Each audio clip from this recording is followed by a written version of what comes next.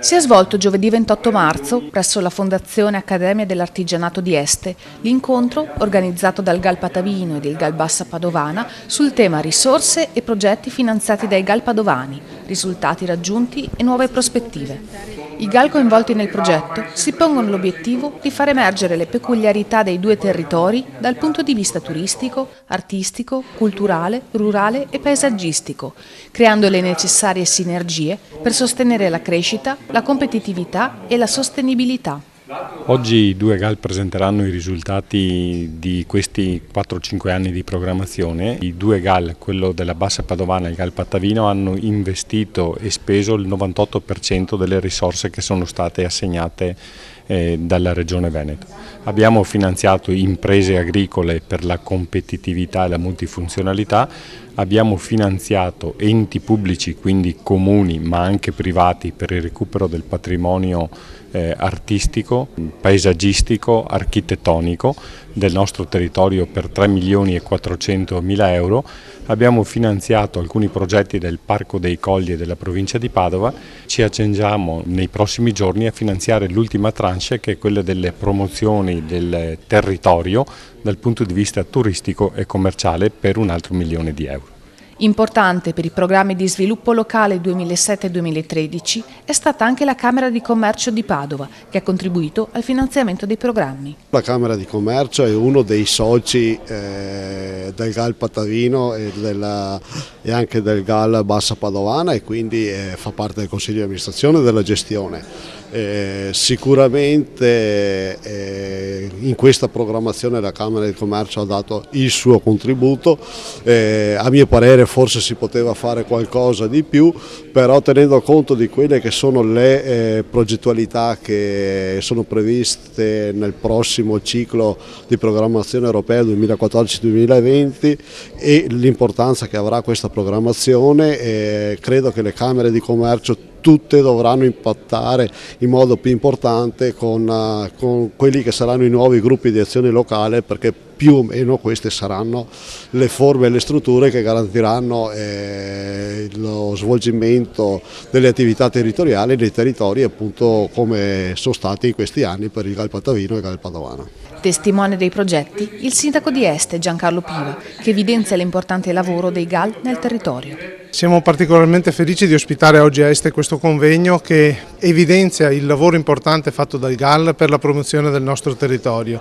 I nostri GAL danno la possibilità alle nostre imprese agricole, ma anche ai tanti enti locali di questo nostro territorio, di valorizzare le grandi potenzialità da un punto di vista turistico, da un punto di vista della valorizzazione del paesaggio agrario, da un punto di vista di valorizzazione di tutti quei prodotti enogastronomici che oggi sono un tratto distintivo di queste nostre zone. Noi siamo tra l'altro all'interno anche del contesto dei Colli Ugani, e credo che questo, messo insieme il territorio che va dai Colli all'Adige, valorizzandone anche i colli, dia la possibilità a tanti visitatori, ma anche ai nostri stessi concittadini, di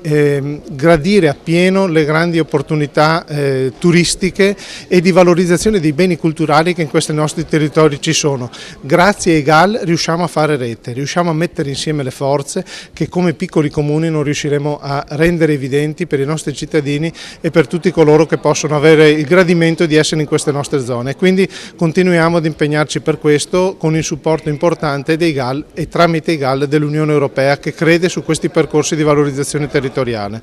Chiusosi il percorso che ha portato i GAL a sviluppare i progetti nell'ambito del PSR 2007-2013, progetti finanziati dalla Regione Veneto e dal Fondo Europeo Agricolo per lo Sviluppo Rurale, si apre la strada per la programmazione 2014-2020. Questa programmazione ormai volge verso il termine. Quello che è importante è invece che i soci e il territorio dei due GAL, in particolare poi del GAL Patavino, si sta preparando alla nuova programmazione 2014-2020, ed è una programmazione che dovrà rispondere a quelle che sono le emergenze del territorio, in particolare da quella occupazionale allo sviluppo, visto che la crisi morde anche nei nostri territori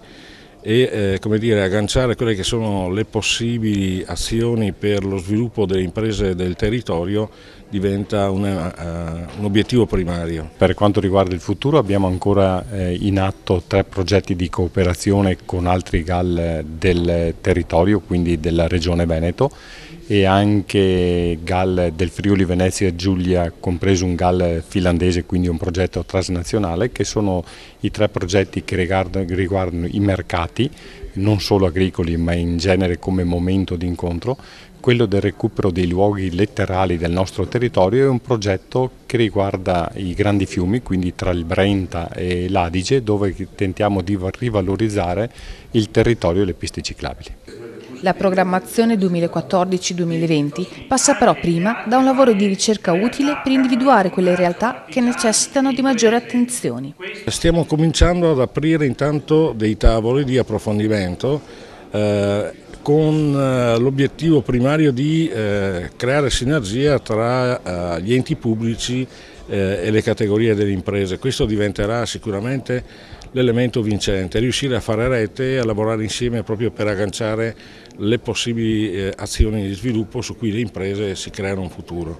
Le esigenze del territorio e le proposte per la programmazione futura dei GAL sono stati temi della tavola rotonda svoltasi al termine della conferenza stampa.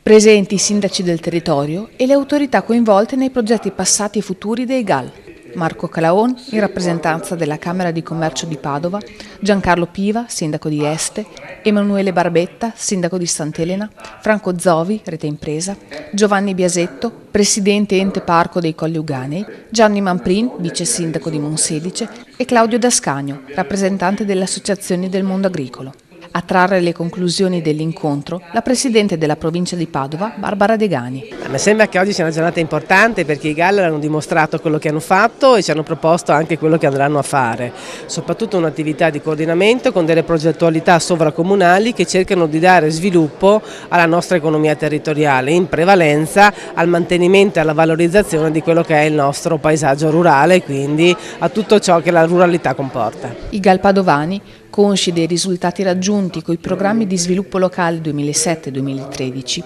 si aprono ora, con innovazione e semplicità, alla nuova programmazione 2014-2020 con nuovi interventi e concorsi legati alla promozione del territorio padovano.